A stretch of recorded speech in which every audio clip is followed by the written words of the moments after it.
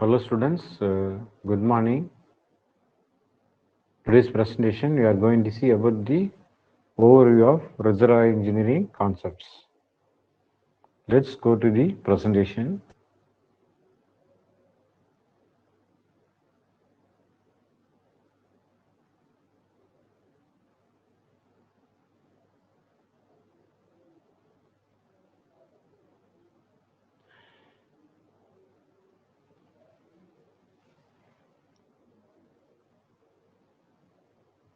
So reservoir engineering concepts.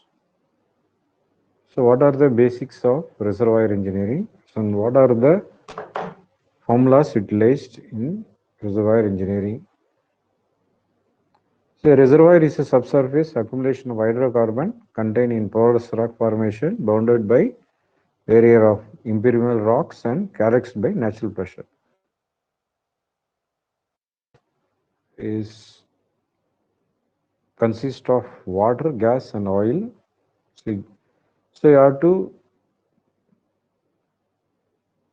remove or you have to take from your well from the reservoir. So what you have to do is you have to study the properties like porosity, permeability, and resistivity because all the oil and gas water rocks, that is in the porous rocks, which can hold your fluids. So that's why you can see here, let's one by one. First one is your porosity. First property, that is the porosity. So what is porosity? So porosity is the measure of the rock storage capacity that can hold the fluids, that is pore volume by bulk volume. So the properties are absolute porosity, effective porosity, that is absolute porosity is the total pore space in a rock and effective porosity is the interconnected pore space. And the formula is ratio of pore volume to bulk volume, then formation pressure. So it's a pressure gradient, the total pressure at any depth resulting from the combined weight of formation of rock and fluids, whether water, gas, or oil or gas, which is known as overburden OBP, overburden pressure. So what is overburden pressure? So this overburden pressure increases linearly with depth and it has a pressure gradient of 1 psi per feet. You can see the formula. Then permeability. So the popular Darcy's law. So permeability is a measure of a porous medium ability to transmit or conduct a fluid. That is Darcy's law. Q equal to 0.01127 Ka P1 minus 2 divided by μl. So Q is your flow rate and K is your absolute permeability and P is your pressure and mu is the viscosity and L is the distance and A is the cross section area. That is absolute, that is effective and relative permeability. So these are the three types of permeability. Then let's go to the resistivity. The resistivity of a porous material is defined by the formula. A is the cross area and L is the length, and the resistivity of the reservoir is related to the amount of water occupying a pore space, that is given by calculating the water saturation SW, and we have the true resistivity RT and tortuosity. What is tortuosity? It is usually estimated from electrical resistivity measurements, and the tortuosity is in the range of 2 to 5 for most reservoir rocks. That is your water, oil saturation, gas saturation, and water saturation. This is the formula Sg plus So plus Sw equal to 1.0. And for fluid saturation equal to total volume of the fluid divided by the pore volume. Now next is your capillary pressure, the difference in pressure which exists at the interface between two immersible fluids in the pores of your reservoir rock. Then next is your drainage, describes the displacement of the wetting phase from the porous medium by non-wetting phase. So you can see here the drainage process and then relative permeability formula also is given using the Corey function, Buckley and Levet function. And the next is your imbibition. Imbibition process is shown here. The process of wetting the phase saturation increases and the non-wetting phase is saturation is decreases. And you can see here the curves. The next is your reservoir fluid types, incompressible fluids, then slightly compressible fluids and compressible fluids. And you can see the incompressible fluids, a fluid whose volumes or density which does not change with pressure. And slightly compressible fluids are which are compressed fluids that exhibit small changes in volume or density with changes in pressure, and the crude oil and water systems fit into the category.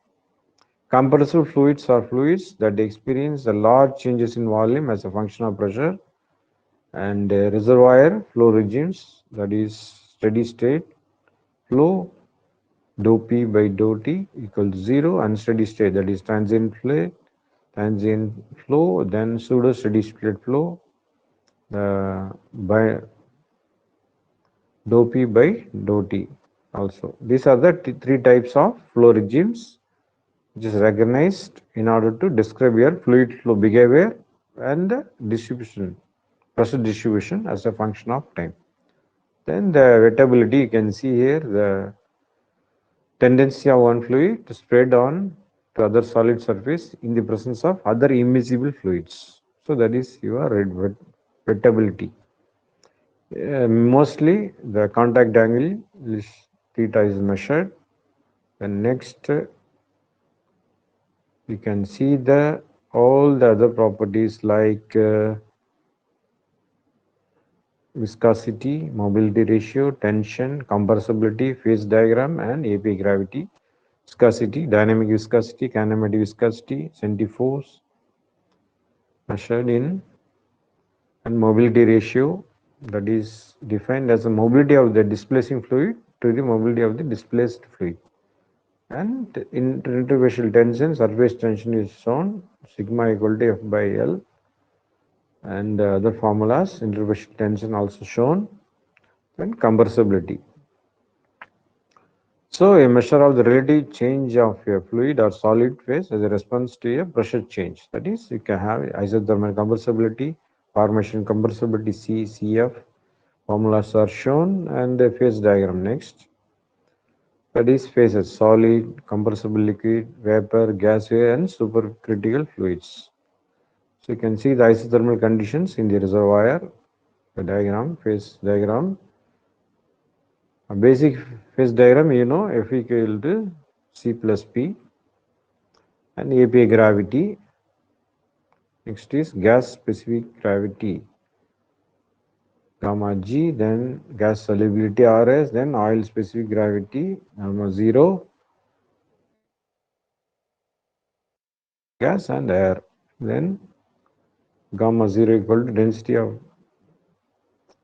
crude oil divided by the density of the water. Then we have the double bubble point pressure, gas formation, volume factor, then oil formation factor B0, Bg and Pb. So these are the bubble point pressure is defined as the highest pressure at which the bubble first liberated from the oil. And the correlations are shown here. Then gas formation volume factor Bg, volume of gas at reservoir conditions divided by the volume of gas at standard conditions. Then oil formation volume factor also shown, that is volume reservoir conditions divided by the volume at oil at standard conditions. Then water formation volume factor BW, that is water volume at reservoir condition divided by water volume at standard conditions. Then ideal gas law, P equal to nRT, then density, P equal to nRT. So these are the basic things utilized in reservoir engineering concepts. Next is, we can see here the oil reservoirs, bulk volume, reservoir estimation, gas reservoirs. That is bulk volume. and pore volume, oil volume. Then volumetric methods, you have the decline curve analysis, then reservoir simulation, then gas reservoirs. You can see here formulas, then reserves. HCIIP into recovery factor formula is given. Then field development plans also shown. Then we have the rock and liquid expansion drive, that is rock and fluid expansion due to the compressibility. As the expansion of the fluids and the reduction in the pore volume occur with decreasing reservoir pressure, the crude oil and water will be forced out of the pore space to the wellbore, and the reservoir will experience a rapid pressure decline. That is your expansion drive. Then gas cap drive, similarly, it decline due to the pressure reduction. Then combination drive, then linear flow, spherical flow, radial flow, then the enhanced soil recovery methods and chemical EOR methods. So water flooding, thermal, chemical, miscible glass, gas, then surfactant polymer, alkaline surfactant, then alkaline surfactant polymer methods. That is enhanced soil recovery methods, then IPR curve. So the pressure in the formation at the well bore of a producing well is known as bottom hole flowing pressure. So you can see the formulas and the curves. Then PI, productive index and Vogel methods are shown.